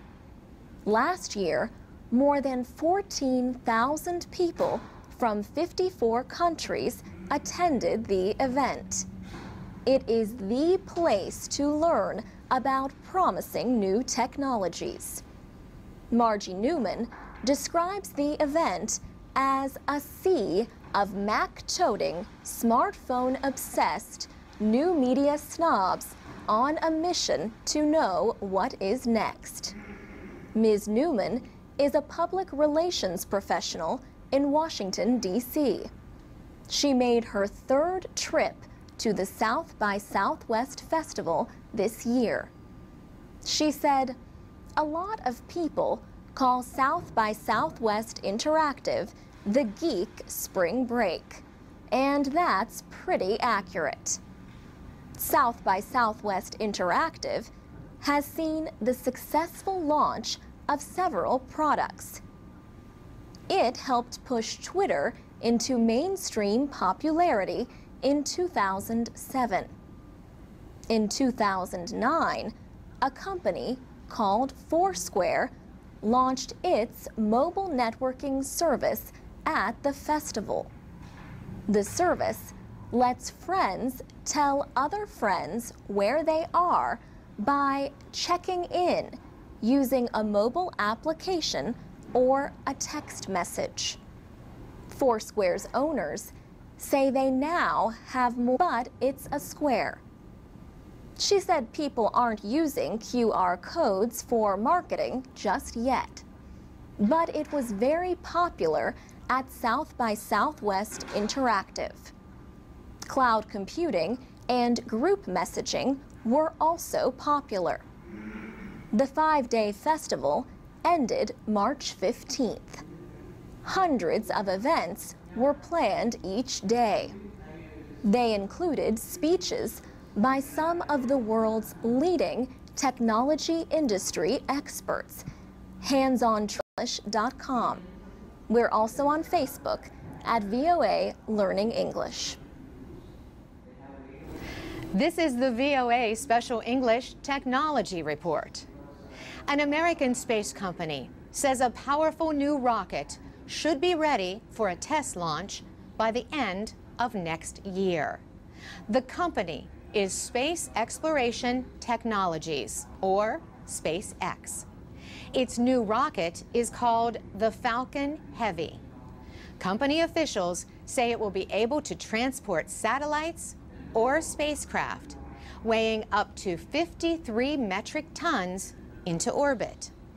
That load weight is double the capacity of NASA space shuttles. The space agency is retiring its shuttles after 30 years. Elon Musk is the chief executive officer of SpaceX. He says 53 metric tons is more than the weight of a fully loaded Boeing 737 with 136 passengers, luggage, and fuel. It's more payload capability than any space vehicle in history, he says, apart from the Saturn V. NASA used Saturn V rockets during its Apollo and Skylab programs in the 1960s and 70s. A Saturn V launched the Apollo 11 mission that landed the first humans on the moon in 1969. The rockets were removed from service in 1973, but they remain the most powerful ever built. Elon Musk says the Falcon Heavy will be the second most powerful rocket ever. He says it was designed to collect samples from Mars. He says a mission like that requires a great amount of lift capability. The lander has to reach Mars and still have enough fuel to return to Earth.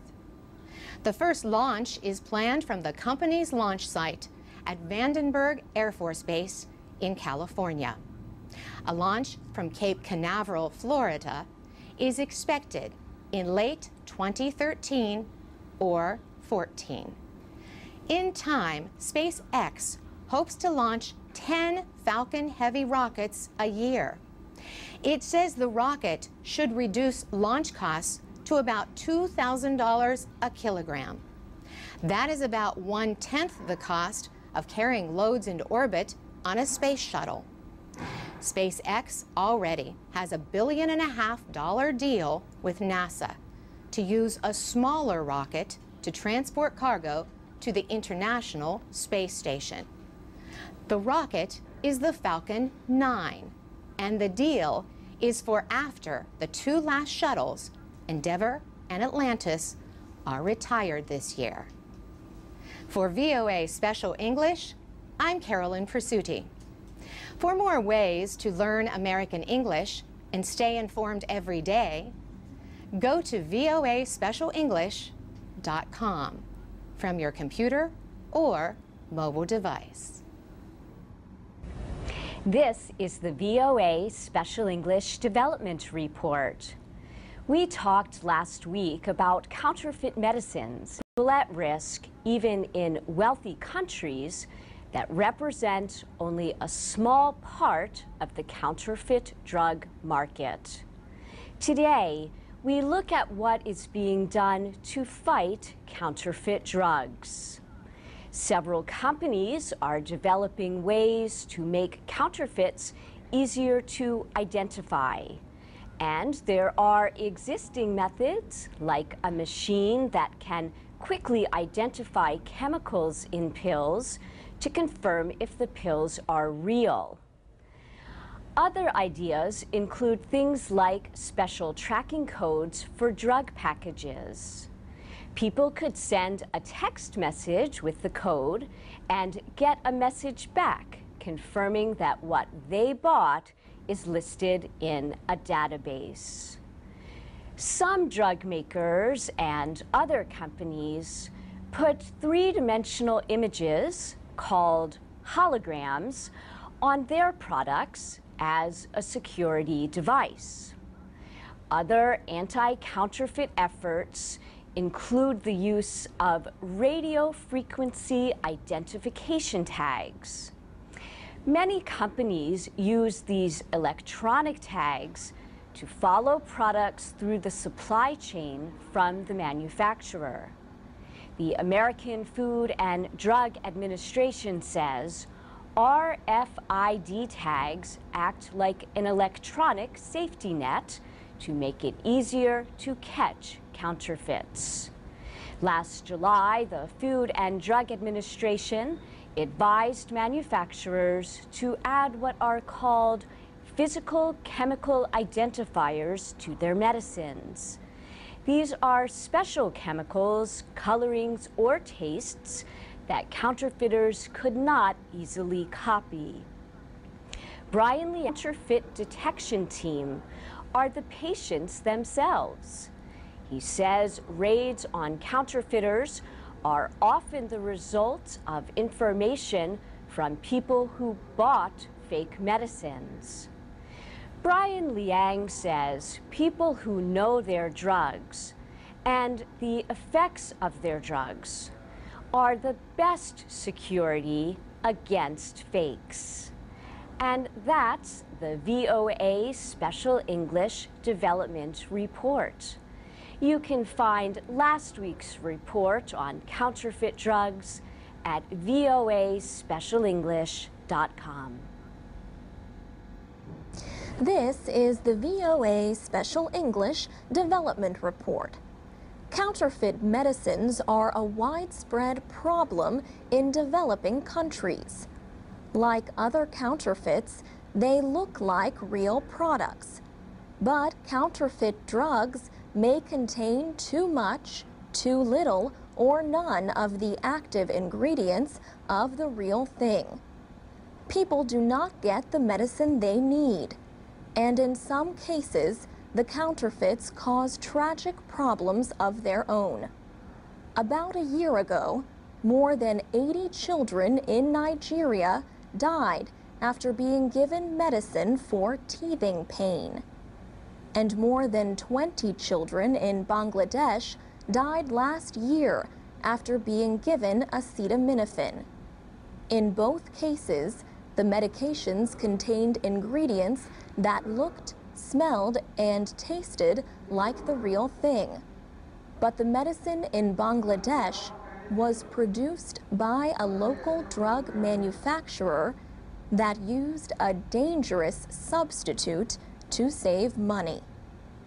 And in the case in Nigeria, an illegal chemical dealer sold counterfeit glycerin to a drug company.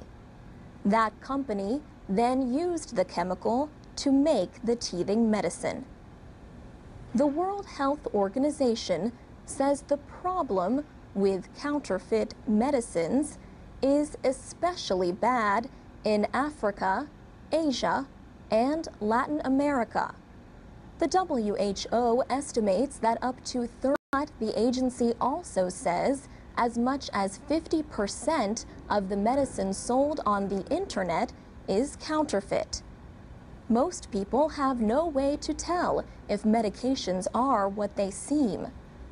The Center for Medicine in the Public Interest is a group in New York supported in part by the drug industry. It predicts counterfeit sales will reach $75 billion worldwide this year, nearly double the level of 2005. Substandard medicines are also a widespread problem in the developing world. How are they different from counterfeits? The legal difference is that counterfeit drugs are made with the purpose of misleading people. Substandard drugs are just poorly made. And that's the VOA Special English Development Report. Next week, learn what is being done to fight counterfeit medicines. Transcripts, podcasts, and captioned videos of our reports can be found at voaspecialenglish.com. This is the VOA Special English Technology Report. Electronics were among the most requested gifts of the 2011 Christmas holiday season in the United States. Jim Barry from the Consumer Electronics Association says tablet computers were the most popular electronic gift. Laptop computers were second. Jim Barry says the iPad continued to lead the way in the tablet market. Apple released its iPad 2 in March. The company is expected to release the iPad 3 in 2012. Tablet computers are the top of the list of what folks said they were going to buy this year. And probably north of 80% of the tablets being sold up until now have been Apple iPads. But he says the tablet market is starting to change. There are now more choices and less costly tablets available. These include the new Kindle Fire from Amazon.com. Jim Barry says e-readers were number 3 on his group's survey of holiday gift wishes, and that came as a surprise to more than a few people. Some folks thought that the popularity and success of the tablet computer would mean sales of e-book readers would go down. Well, that hasn't happened. Sales of e-book readers have more than doubled this year. We're buying lots more. The leaders there continue to be the Kindle from Amazon and the Nook from Barnes & Noble, then the iPad, but about the same as people paid for the Kindle 3G wireless in 2010. So the big question on a lot of people's minds in 2011 was whether or not to wait for the price to come down. As Jim Barry put it, this is the challenge of the early adopter. You know, one of the great things about consumer electronics is that the prices get lower as the stuff gets better. And that's not true of automobiles or furniture or houses and so forth. So as the prices get lower, if you bought earlier, you may feel a little bit of that, well, I wish I had waited. He says falling prices are one of the reasons why consumer electronics do relatively well, even in a difficult economy. For VOA Special English, I'm Alex Villarreal. Learn English and much more with our programs, lessons, and activities at voaspecialenglish.com and the VOA Learning English page on Facebook. This is the VOA Special English Technology Report. Samsung Electronics won a case in its battle with the American technology company Apple over property rights. A court in Japan ruled in a case involving Samsung's Galaxy series of smartphones and tablet computers. A 3-judge panel in Tokyo said the products did not violate an Apple patent for organizing music and video on several devices. The court also ordered Apple to pay all legal costs related to the case. A patent is a property right given by a government. It keeps others from making, using, or selling an invention without the permission of the patent owner. But the case in Japan is just one of many in the worldwide legal battle between Apple and Samsung. In August, a jury in California found Samsung guilty of willfully violating several of Apple's patents. The jury ordered the South Korean company to pay Apple more than $1 billion. The patents include so-called utility patents for Apple's pinch-to-zoom and tap-to-zoom technology. They let users change the way things appear on the screen of their device. Included are design patents on the look and shape of the iPhone. Madhavi Sundar is a law professor at the UMass. She sees a problem with Apple trying to say its designs are something only one company can have. She adds, it raises the real question of whether or not we should be protecting designs with patents in the first place. Madhavi Sundar says Apple built its computer company using the same methods that it is now opposing. Apple appears to be saying that no one else can use its methods. Madhavi Sundar says this goes to the heart of what innovation is about. Samsung said the California court's decision, in its words, should not be viewed as a win for Apple, but as a loss for American consumers. And the company told its employees that it would continue to fight until its arguments are accepted. But the dispute is far from over. On the day of the California ruling, a court in South Korea ruled that Apple and Samsung had violated each other's patents. For VOA Learning English, I'm Laurel Bowman.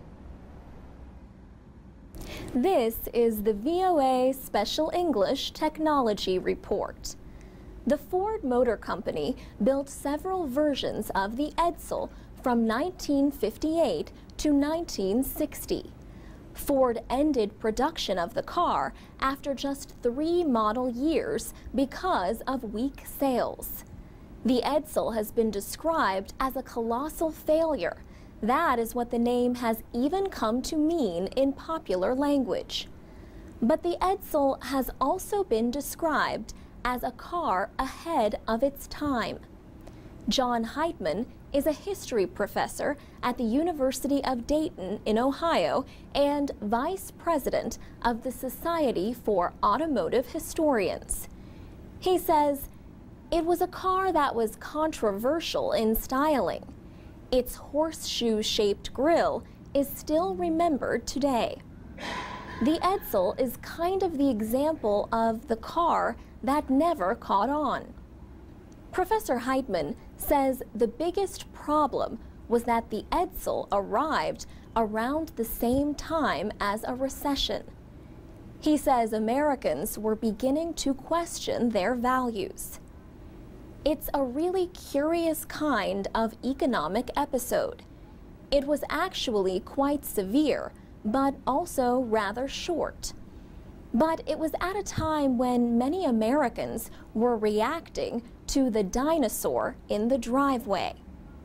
These very heavy chrome-laden Buicks and other cars, the '58 Buick had 58 pounds of chrome on it. The club since it formed in 1969. He says the Edsel was the most modern car of its time. For example, he says it was the first Ford product to have self-adjusting brakes, but he liked one feature especially. The 58 Edsel had 5 buttons in the center of the steering wheel to shift the gears. That way, you could shift the gears with your left hand and keep your arm around your girlfriend or your wife, whatever, and keep on driving. Shamrock Shelley Cleaver made good use of that feature when he got married in 1958. He went on his honeymoon in an Edsel, with one arm on the wheel and the other around his new wife. The Edsel was named for Edsel Ford, the only child of company founder Henry Ford. Edsel was president of Ford Motor Company until he died in 1943. Today, the cars are considered collector's items. They can cost anywhere from hundreds of dollars to tens of thousands of dollars. For VOA Special English, I'm Alex Villarreal. From VOA Learning English, this is the Technology Report in Special English. Attacks on computer systems are a growing concern among United States lawmakers. Recently, the head of a congressional committee warned about the threat of cyber attacks from China, Iran, and other countries. Congressman Michael McCaul is chairman of the Homeland Security Committee in the House of Representatives. He compared the threat from cyber attacks to the terrorist threat faced by the United States on September 11, 2001. But he said that this time the nation knows about the threat and is taking action. Other lawmakers expressed concern about reports that China is to blame for most attacks against American computer networks. Recently, President Obama told ABC News that there has been a steady increase in the threat to cybersecurity from other nations and from criminals. He said the United States has taken part in what he called tough talk with China and other nations. China's foreign ministry has said the country is open to talks, but it said China is itself a victim of attacks and not responsible for computer crimes. In February, President Obama signed an executive order on cybersecurity. The order directs American agencies to improve information sharing on cyber threats. A Senate bill on cybersecurity last year failed to get VOA Learning English. This is the Technology Report. Movies are all about appearances. Movie fans know that the action hero in the film Superman does not really fly. But in the movie Superman Returns, another visual trick is used. The man they see flying is not a real person. He is what is called a virtual actor. The first step in creating a digital actor is to have a real person stand in a room called a light stage. A computer records the shape of the actor's face, Computer scientist Paul Debevec is with the Institute for Creative Technologies at the University of Southern California. He says special lighting and 7 different cameras are used to create the digital image. Mr. Debevec is part of a team working to create computerized images of people, objects, and environments that look and act real. The light stage permits actors to be turned into digital versions of themselves.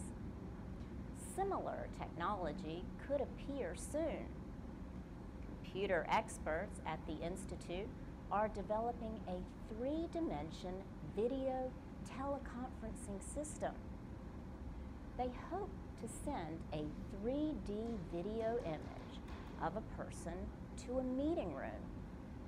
The image would be able to work with the people in the room who would see it without special eyeglasses.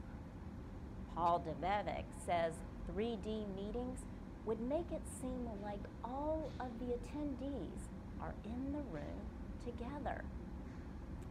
How far are we from 3D teleconferencing? Paul Debevec says businesses will begin to use 3D video teleconferencing in the next 5 years. The Institute is using its light stage and interactive 3D technology to record video testimonies of Holocaust survivors for the Shoah Foundation, also at USC. The 3D images could be shown in classrooms and museums. For VOA Learning English, I'm Laurel Bowman. This is the VOA Special English Technology Report. Scientists say enough energy is wasted in the oil and gas fields of Texas every year to provide electricity to 100,000 homes. Businessman Loy Sneary says he is using that wasted energy to create a profitable business called Gulf Coast Green Energy. Loy Sneary says 60% of all energy produced in the world today is being lost as wasted heat. He wants to capture some of that heat from the thousands of oil and gas wells in Texas and turn it into electricity. He says the potential electricity that could be created is greater than all the coal-fired plants, natural gas plants, and nuclear power plants in the world. Deep underground, the earth is hot. If you drive a drill down, it is used to make electricity. In fact, Loy Sneary says much of the technology works just like a steam turbine. It is not just oil and gas wells that can provide waste heat for the green energy machine to use for electricity. The heat recycling technology can work with solar energy collectors, coal-burning power plants, and internal combustion engines. Loy Sneary says almost any industrial process that produces waste heat can produce power. Last year, Loy Sneary connected his device to the boilers at Southern Methodist University in Dallas, Texas. He used that system's waste heat to create electricity, helping to reduce the university's energy costs. Maria Richards is SMU's geothermal laboratory coordinator. She says the lab's temperature maps help Loy Sneary find hot areas near oil drilling operations. Those areas are where he can deploy his machines.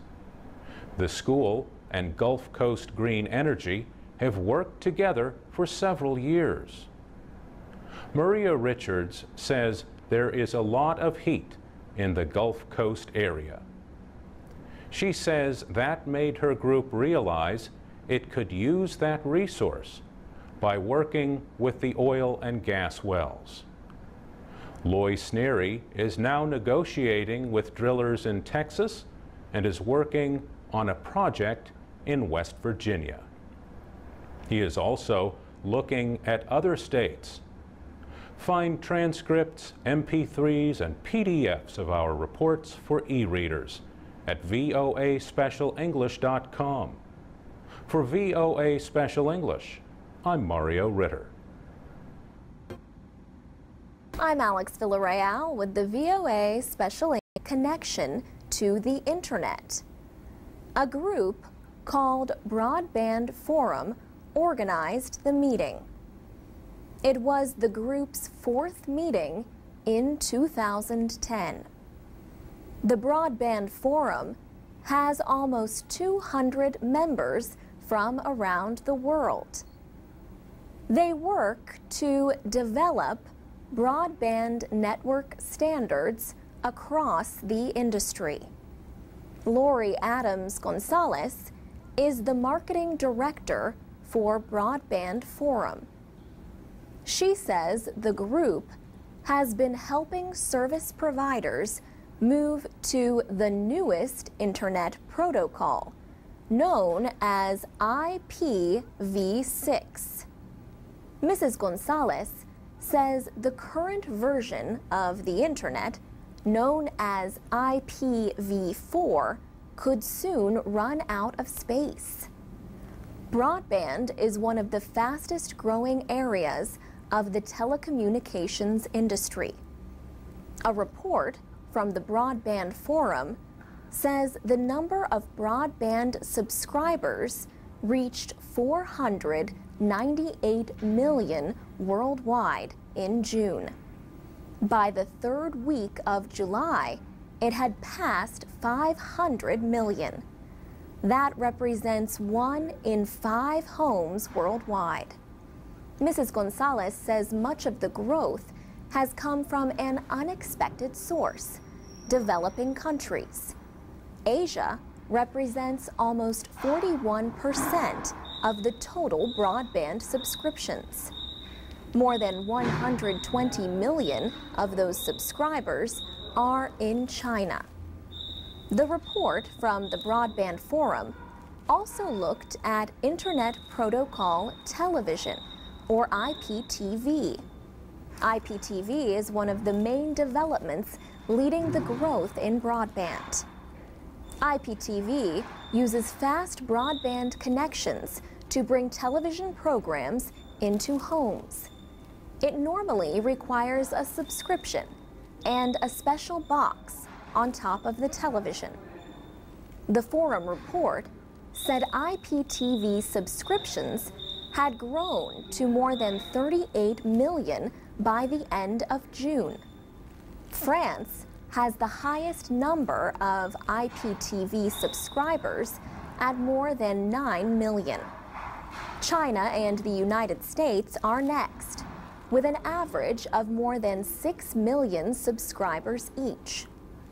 The Broadband Forum released its latest usage report in December. There was more growth for both broadband and IPTV. For VOA Special English, I'm Alex Villarreal. Our programs are online with transcripts and MP3 files at voaspecialenglish.com.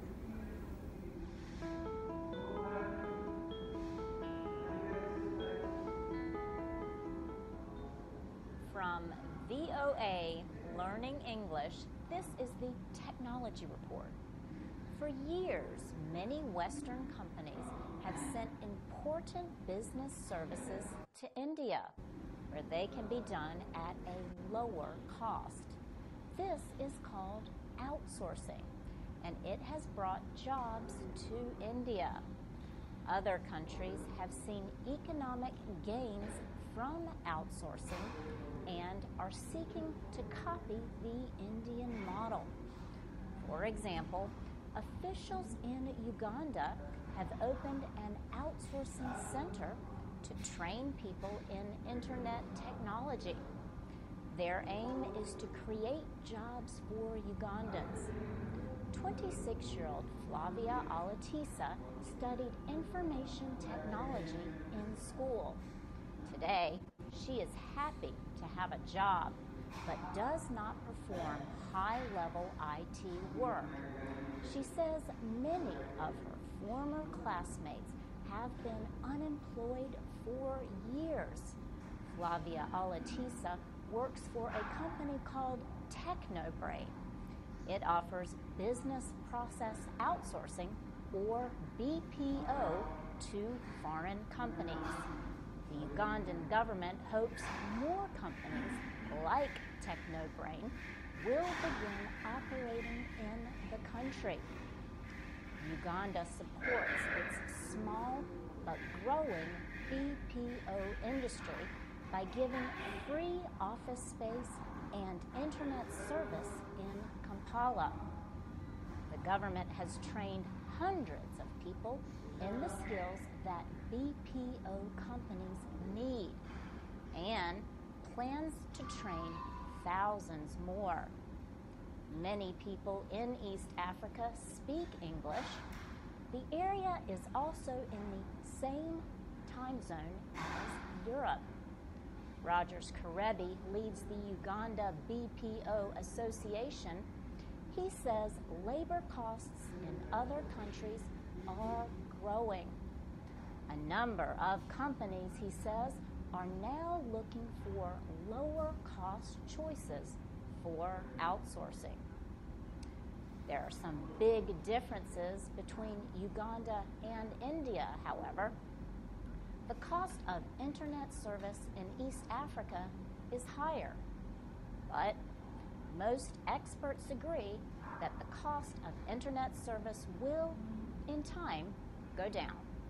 For VOA Learning English, I'm Laurel Bowman.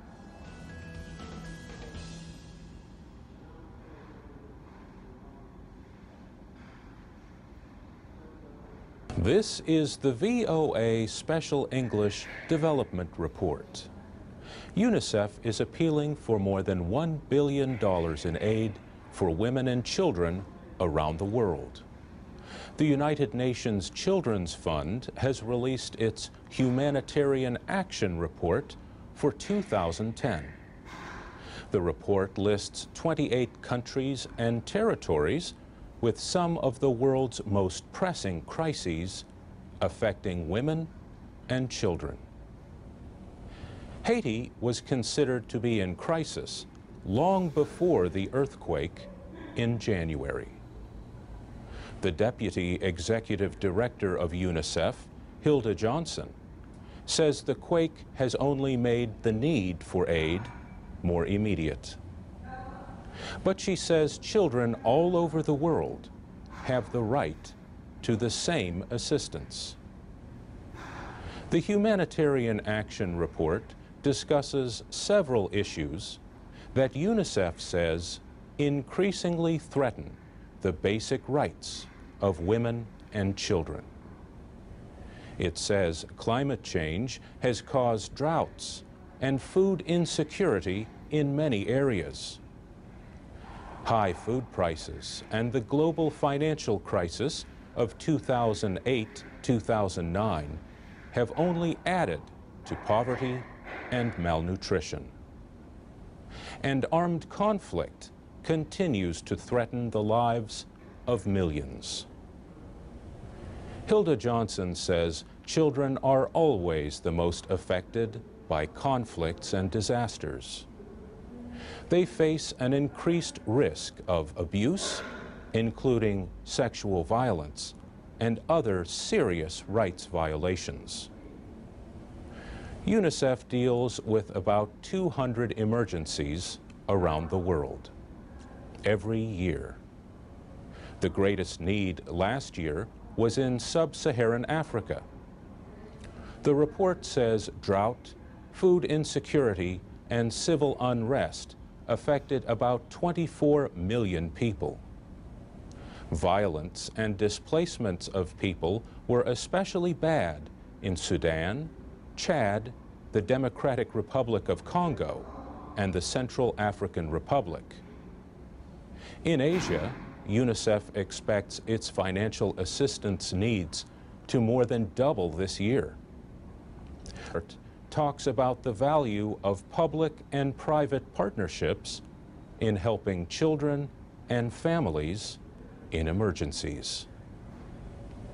And that's the VOA Special English Development Report. For a link to the UNICEF report listing the 28 countries and territories in crisis, go to voaspecialenglish.com.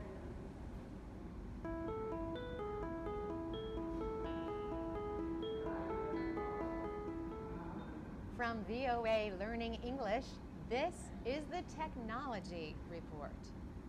The United States Supreme Court recently ruled that businesses cannot control the rights to human genes in their natural state. Patients' rights groups are calling the decision a victory. The court, however, left room to protect patent ownership rights related to man-made genes. The court decided on a case involving the biotechnology company Myriad Genetics. The company had identified human genes that increase a woman's risk for breast cancer and ovarian cancer.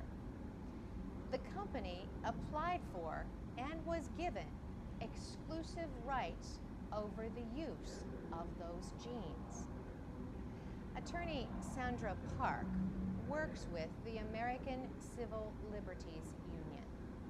She says the United States Patent and Trademark Office has been approving patents on some DNA for 30 years.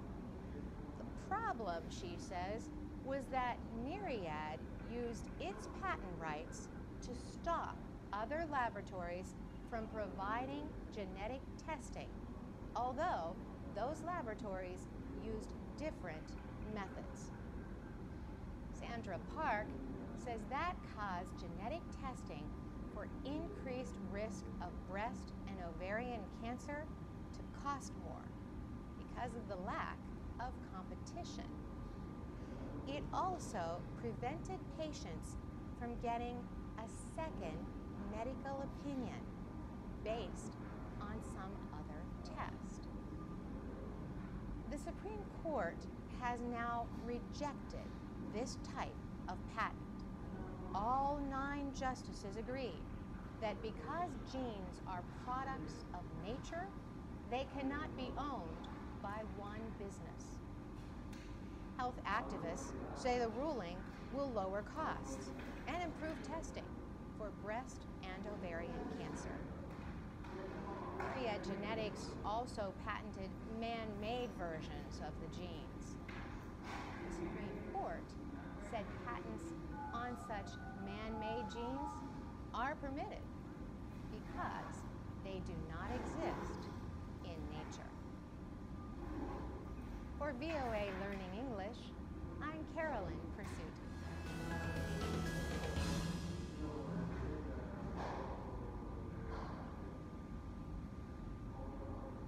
This is the VOA Special English Development Report. The Obama administration has launched the first in a series of projects to support entrepreneurs in Muslim communities worldwide.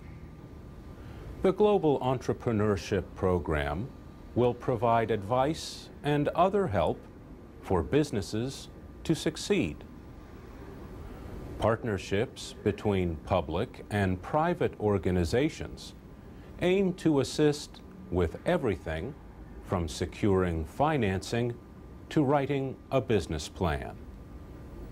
The first project is being launched in Egypt. A second project in Indonesia is expected to follow soon. A new approach to development. One based on investment, not aid.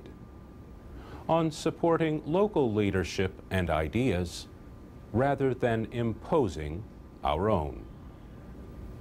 More than 250 people attended the two-day summit meeting held in Washington in late April. Most were from majority Muslim countries. President Obama promised to hold a summit on entrepreneurship in his speech to the Islamic world last June in Cairo. He says the business market is the most powerful force for economic growth and lifting people out of poverty. He also says entrepreneurship is an area where countries can learn from each other. Tim Kaine is with the Ewing Marion Kauffman Foundation, a nonprofit in the United States that works to increase entrepreneurship worldwide. He says the World Bank has found that simpler rules and other regulatory reforms make it easier to do business in the Middle East. The Global Entrepreneurship Program in Egypt will create several partnerships between American and Egyptian groups. These include the Egyptian Junior Business Association and the American University in Cairo. The United States Agency for International Development has a team of entrepreneurs in Egypt to supervise the program. The Obama administration plans to expand the program to 12 countries within the next 2 years. And that's the VOA Special English Development Report. Transcripts, MP3s, and podcasts are at voaspecialenglish.com. We're also on Facebook, Twitter, YouTube, and iTunes at VOA Learning English. This is the VOA Special English Technology Report. The Obama administration is leading an effort to deploy what some people call liberation technology in repressive countries. The New York Times reported that these efforts include shadow internet and mobile phone systems. These are secret networks designed to operate independently of a government's control. Dissidents in the Middle East, North Africa, and other countries are increasingly using the internet, social media, and mobile phones. Some governments have taken steps to block or spy on their communications. Officials in Egypt shut down internet connections in February in a failed attempt to stop democracy protests. The Syrian government recently took similar action. Ken Berman is the Director of Information Security at the Broadcasting Board of Governors, the parent agency of Voice of America. He says the State Department is looking at ways for cyber dissidents and activists to communicate among themselves using independent networks. The New York Times reported that one of these projects is known as Internet in a Suitcase. The idea is to put equipment in a suitcase that could be secretly transported across a border. Then it could be used to quickly establish a wireless internet connection over a wide area. Another project seeks to avoid Taliban interference with cell phone networks in Afghanistan by using towers on American bases. VOA has its own anti-censorship programs led by Ken Berman. He says What we're trying to do is give tools to allow people in countries that have hostile regimes to circumvent, to go around the blockage or the filtering that their own governments do. During a speech in February, Secretary of State Hillary Clinton called internet freedom one of the grand challenges of our time. The State Department says its efforts are aimed at supporting free speech and human rights, not overthrowing governments. Ken Berman says whether or not these two things can be separated is a source of continuing debate. An educated population is what I think these tools strive for. Whether that will lead to government change, whether that will lead to internal reform, it depends on the country. There are so many dynamics in play in so many different countries. It's hard to know what effect open information has. To use aerial vehicles, commonly called drones.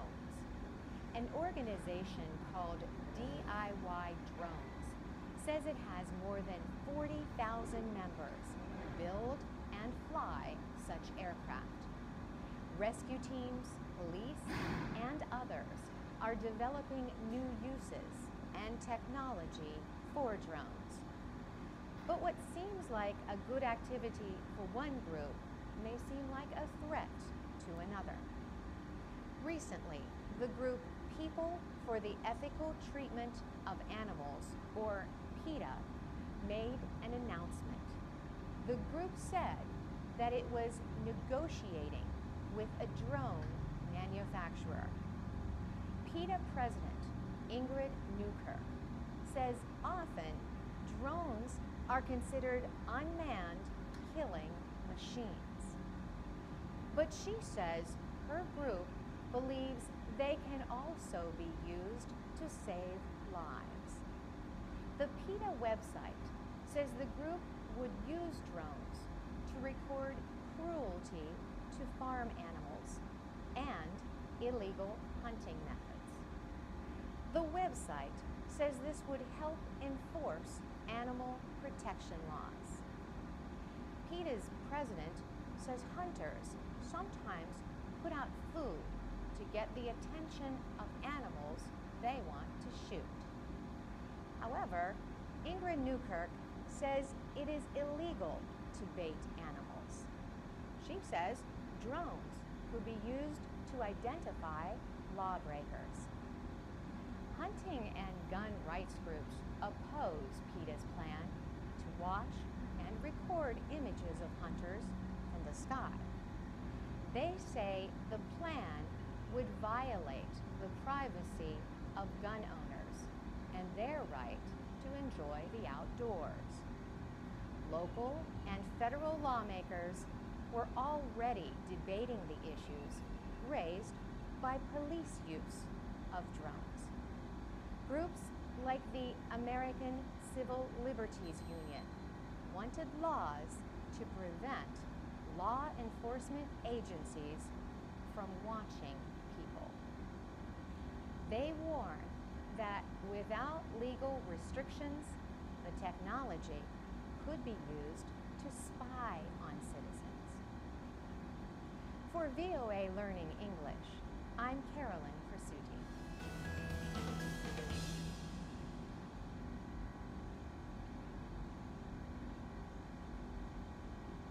This is the VOA Special English Development Report.